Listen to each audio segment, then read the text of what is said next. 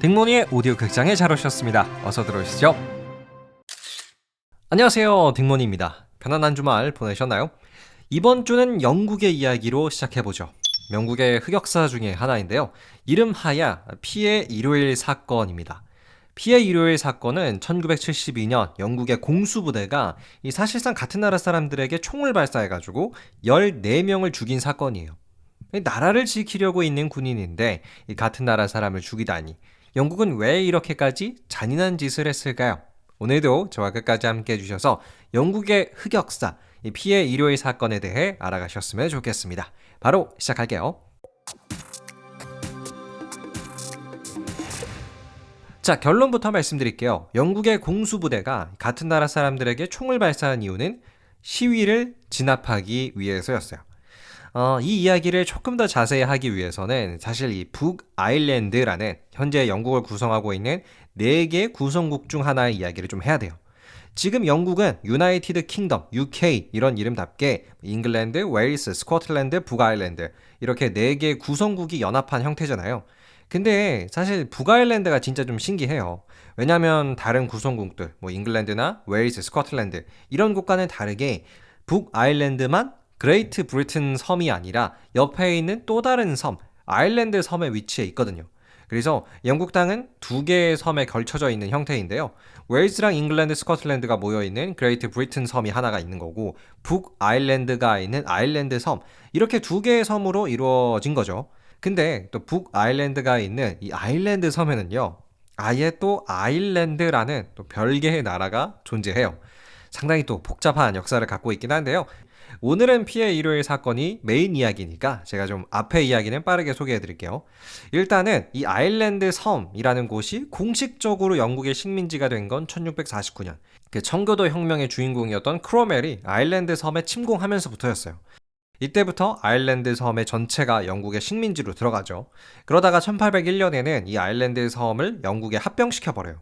이후 시간이 흘러서 아일랜드 섬의 북부 지역은 좀 산업화가 많이 진행이 되고, 또 영국과 똑같은 신교도들이 많았기 때문에 북쪽의 아일랜드 지역은 이 아일랜드 섬 중에서도 좀 잘 사는 곳이 돼요. 하지만 아일랜드 섬 대부분의 사람들은 구교, 즉 가톨릭을 믿었기 때문에 영국과 다른 종교를 갖고 있는 여러 가지 이유가 있어서 종교적으로도 트러블이 있었고 발전이 좀 더딘 편이었어요.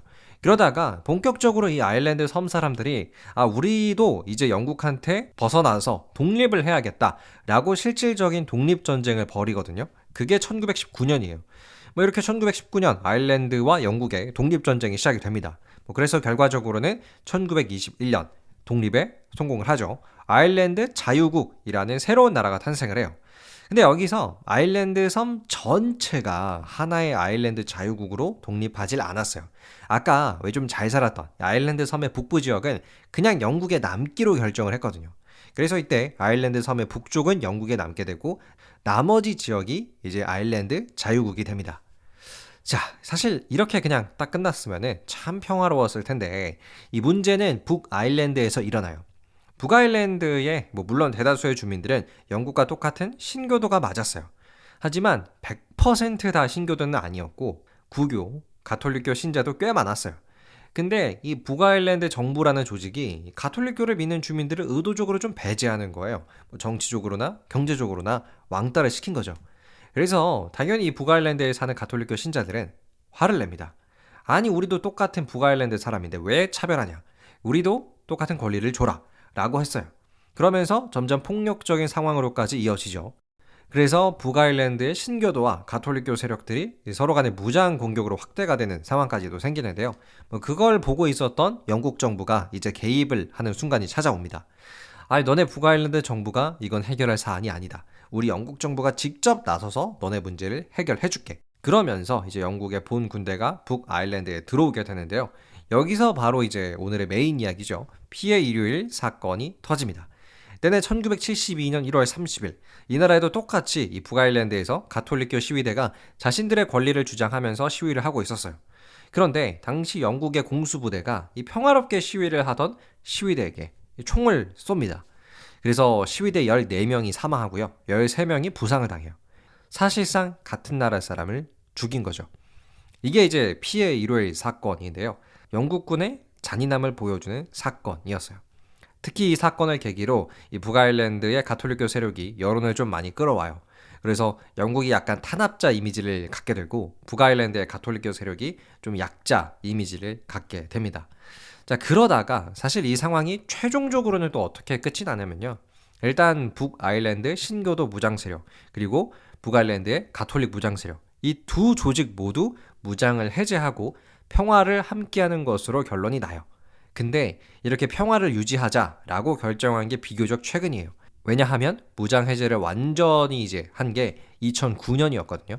그래서 북아일랜드 내의 이 가톨릭 세력과 신교도 세력의 싸움은 정말 아주 오랫동안 이어져 온 그런 싸움입니다. 끝!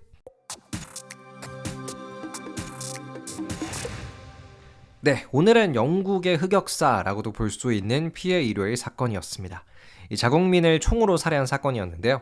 오늘 이야기 중에서 특히 이제 북아일랜드라는 곳이 최근까지도 좀 투쟁이 강력한 곳이었다. 영국의 4개의 구성국 중에서도 가장 투쟁이 좀 극심한 곳이었다라고 기억해 주시면 좋을 것 같습니다. 그럼 오늘은 여기서 마치도록 할게요. 오늘도 함께 해주셔서 감사드리고요. 저는 더 재미나고 유익한 이야기로 여러분과 함께 하겠습니다. 감사합니다. 안녕히 계세요.